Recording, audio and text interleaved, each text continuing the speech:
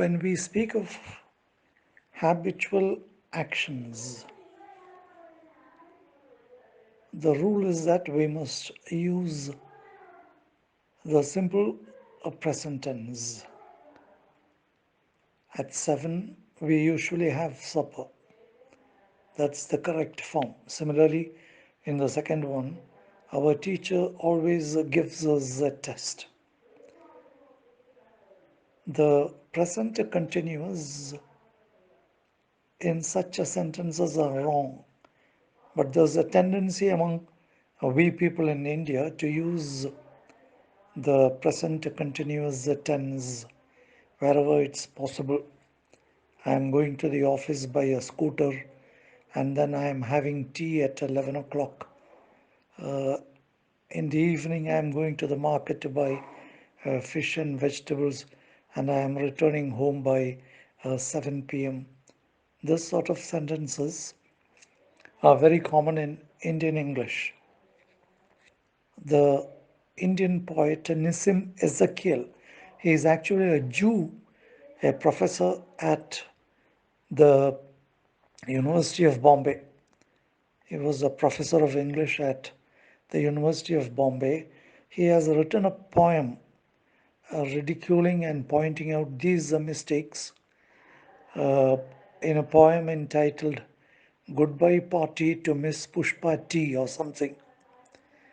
It was included in some of the anthologies for the second year degree students of the University of Calicut.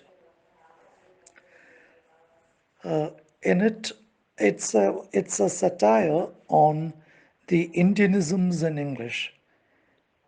And one feature that he points out is this unnecessary use of the present continuous tense. David Crystal, he too has pointed this hoardings in cities, the hoardings erected by the fast food giant McDonald's with a photograph of somebody sinking his teeth into a huge burger.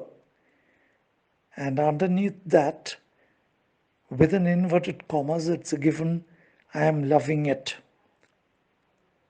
Now, in this connection, Crystal remarks that this is one feature of the Indian English. A native speaker of English would say, I love this or I love it. Instead, the person who is supposed to be eating this burger is saying, I am loving it. Now, Crystal says, this sentence, which is wrong today, may become the norm some 20 or 30 years later. It's already appearing in hoardings, and this may be imitated by more and more people, and then what happens is it becomes the rule. Remember, we now have descriptive rules and not prescriptive rules. Grammarians are no longer prescribe rules. Instead, people decide how the language should be used, and when they use something in a particular way, for example, where the simple present tense, if more and more people use the present continuous tense, some 30 or 40 or 50 years later, that may become the rule. Thank you.